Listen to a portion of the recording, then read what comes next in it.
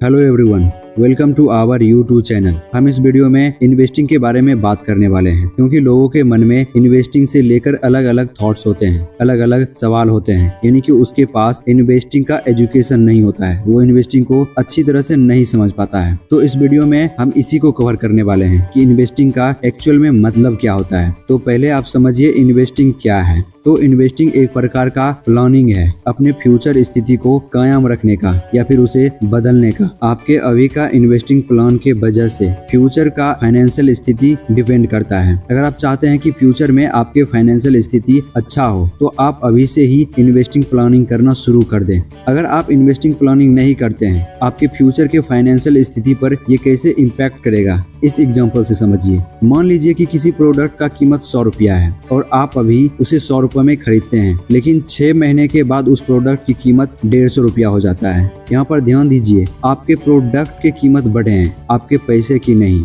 अगर आप उस प्रोडक्ट को खरीदना चाहेंगे तो 50 रुपया और आपको अलग से लाना पड़ेगा। लेकिन वहीं अगर आप पैसे को इन्वेस्ट करते हैं, यानी कि 100 रुपया को कहीं इन्वेस्ट करते हैं, तो 6 महीने के बाद वो 100 रुपया 200 रुपये हो सकते हैं। तो इन्फ्लेशन के वजह से उस प्रोडक्ट का वैल्यू बढ़ने पर भी आप उस प्रोडक्ट को अफोर्ड कर पाएंगे और उसे खरीद पाएंगे। तो जैसे इन्फ्लेशन के वजह से किसी प्रोडक्ट की वैल्यू बढ़ जाती है, उसी प्रकार से आपके इन्वेस्टमेंट की वजह से आपके पैसे की वैल्यू बढ़ती है। याद कीजिए कि मैंने इन्वेस्टिंग को एक प्लानिंग बोला था, प्रोडक्ट नहीं, क्योंकि इन्वेस्टिंग प्रोडक्ट वो होता है जिसमें आप अपने पैसे को इन्वेस्ट करते हैं। तो इन्वेस्टमेंट प्रोडक्ट अलग अलग तरह के होते हैं, ये आप पर डिपेंड करता है कि आप किस में अच्छा कर पाते हैं। तो अब समझिए कि इन्वेस्टमेंट कितने प्रकार के होते हैं, यानी कि इन्वेस्टमेंट प्रोडक्ट क्या है और कितने प्रकार के होते हैं। वैसे तो मार्केट में बहुत सारे इन्वेस्टिंग प्रोडक्ट हैं, जो ज्यादा लोकप्रिय है उसके बारे में मैं बता रहा हूँ। तो पहला है फिक्स्ड इन्वेस्टमेंट।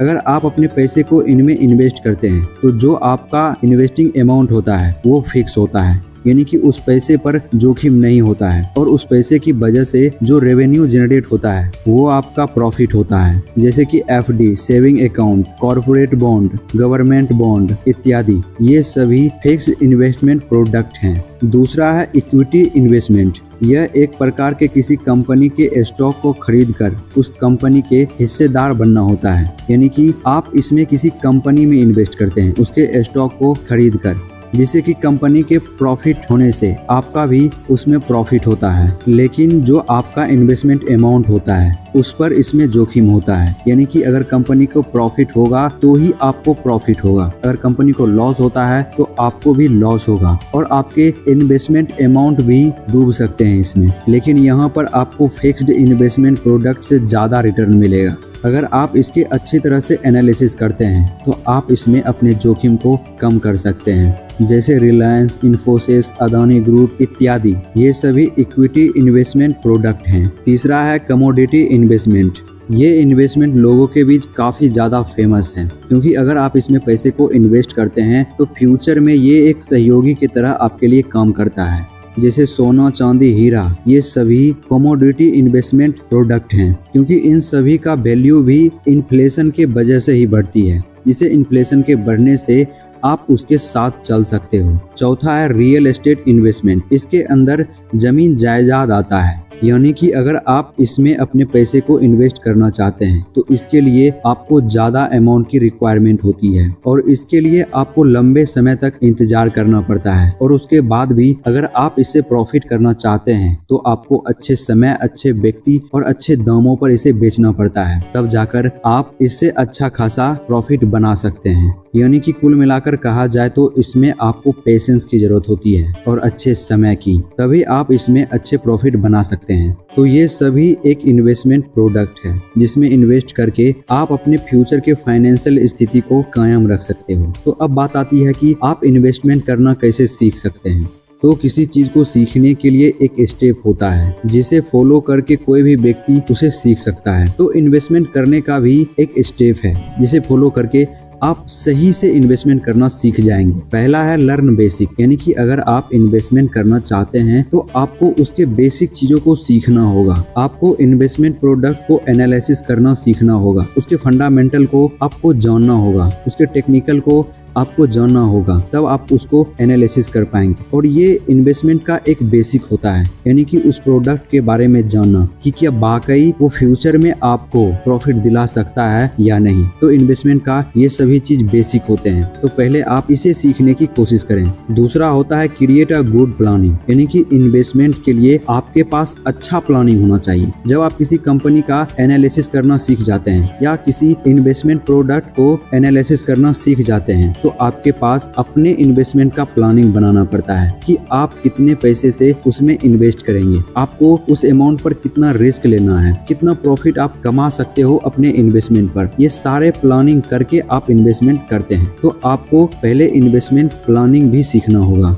तीसरा है स्टार्ट डेमो अकाउंट। जब आप इन्वेस्टमेंट के बेसिक चीज को सीख जाते हैं, अपने इन्वेस्टमेंट पर प्लानिंग करना सीख जाते हैं, तो आपको उसका रिवाइज करना होता है। इसमें अगर आप रियल पैसे से इन्वेस्टमेंट करना शुरू करेंगे तो सीखने में आपके काफी ज्यादा पैसे बेकार जा सकते हैं। तो इसके लिए आप डेमो अकाउंट की सहायता लेकर इन्वेस्टमेंट का रिवाइज करें, और जब आपको उसमें पॉजिटिव रिजल्ट मिलने लगे तब आप रियल मनी से उसमें इन्वेस्टमेंट करना शुरू करें। चौथा है स्टार्ट ए स्मॉल अमाउंट। जब आप पहले बार इन्वेस्टमेंट करना शुरू करते हैं तो आप पहले ये तय कर लें कि आपको छोटे अमाउंट के साथ ही उसमें जाना है, और जब आप छोटे अमाउंट के साथ अच्छा खासा प्रॉफिट बनाने लगेंगे तब आप बड़े अमाउंट के साथ इन्वेस्टमेंट करना शुरू करें। इससे आपके अंदर कॉन्फिडेंस बनेंगे इन्वेस्टमेंट करने, तब जाकर फ्यूचर में आप अच्छे से इन्वेस्टमेंट कर पाएंगे। पांचवा है बी पेशेंस्ड, यानी कि अगर आप इन्वेस्टिंग करना चाहते हैं तो आपके अंदर धैर्य होना चाहिए, आपको पेशेंस्ड बनना है,